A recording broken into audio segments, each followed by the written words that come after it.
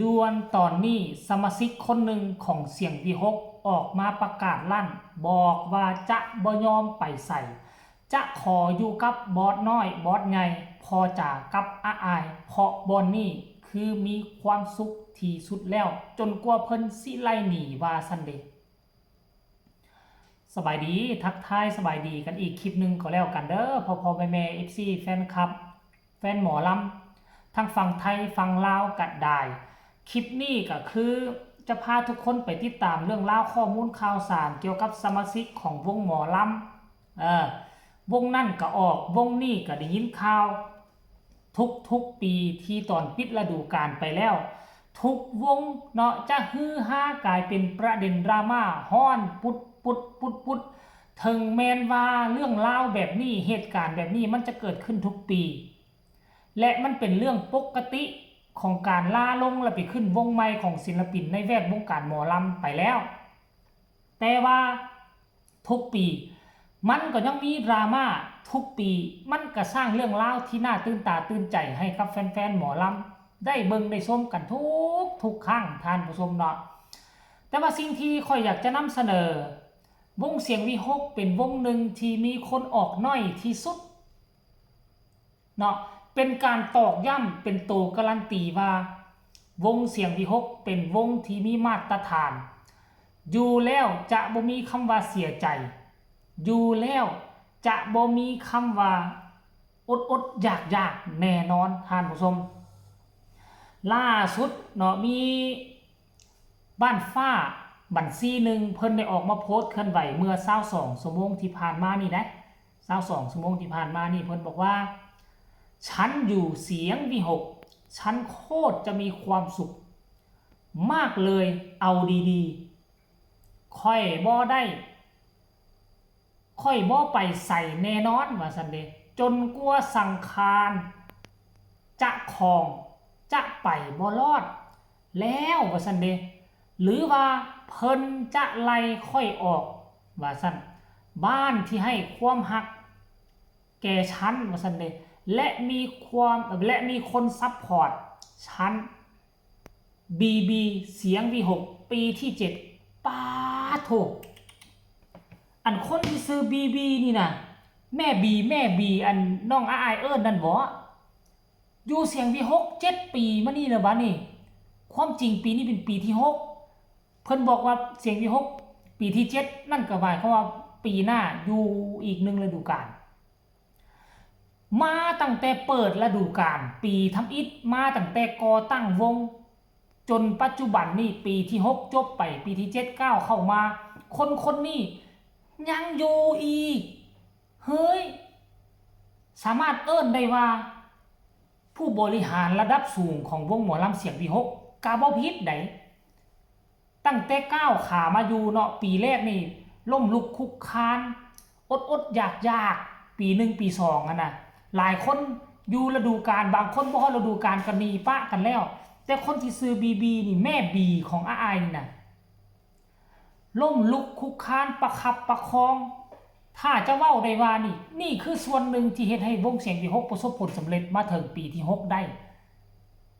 วงเสียงวีหกสมพ่อดอกข้าเจ้าเบิ่งแบบบ่ขาดตกบกพร่องดูแลคนนี้จนมาตกใส่บอสน้อยอาอายเล่าก็ดูแลบอสน้อยอาอายบ่ขาดตกบกพร่องซ้ำบ่นำอาอายก็ฮักจนว่าเอิ้นคนนี้ว่าแม่บีท่านผู้ชมกินซาก่อนเว้าไว้โพด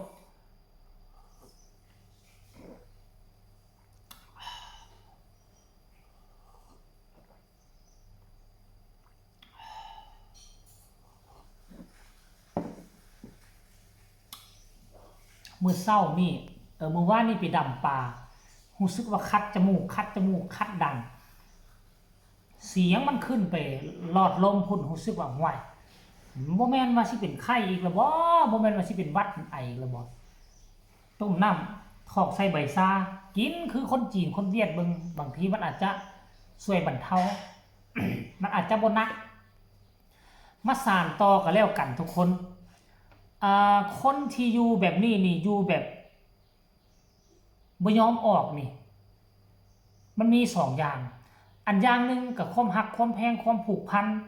อันอย่างที่2กับมองนี่ เป็นอูเข้าอูป่าสามารถรอเลี้ยงชีวิตเขาได้แต่สำหรับคนที่ออกไปนี่ก็คือทะเยอทะยานเกินไปเขาบ่ได้เอารายรับเป็นที่ตั้งคือเขาอยากจะเด่นอยากจะดังบางคนนี่มาอยู่ก็เป็นนักร้องปลายแถวไปอยู่วงอื่นเขาเจ้ายกให้เป็นพระเอกเขาเจ้ายกให้เป็นนักร้องอีกระดับหนึ่งขึ้นไปเงินให้เพิ่มอีกก็ไปอยู่น้ำเขาต่างฝ่ายต่างแบ่งแย่งแข่งขันกันอยากมีชื่อมีเสียงแต่คันถ้าเจ้าบ่เอาเรื่องชื่อเรื่องเสียงมาเป็นตัวการันตีอยู่วงใดเจ้าก็มีความสุขอยู่วงใดเจ้าก็พอเลี้ยงตนเองได้แวดวงการหมอลำนี่มันเป็นแล้วนี่นะมันก็สิมีพอฮักแม่ฮักมาซัพพอร์ตและที่สำคัญคือการงานของวงก็อยู่ได้ซ้ำนี่แหละนะ200ไปเกือบ300งานมันก็สุดๆของวงหมอลำแล้วท่านผู้ชมแต่คนที่ออกไปเขาก็มีเหตุผลของเขามีเหตุผลของไผของมันนั่นละท่านผู้ชมเนาะอันนี้คือเรื่องราวที่มันเกิดขึ้นหลังจากคนนี้โพสต์ไปบ่กี่เท่าใดชั่วโมงบอสนุก็มาแชร์โพสต์นี้พร้อมว่ารักค่ะสั้นๆแต่ว่ามีความหมายเดี๋ยวไปฟังคำคิดคำเห็นหลังจากหลายคนเห็นแล้วมีคนเจซีหัวหน้าวงหมอลำคือกันได้นี่ไหนไประเบียบเขาก็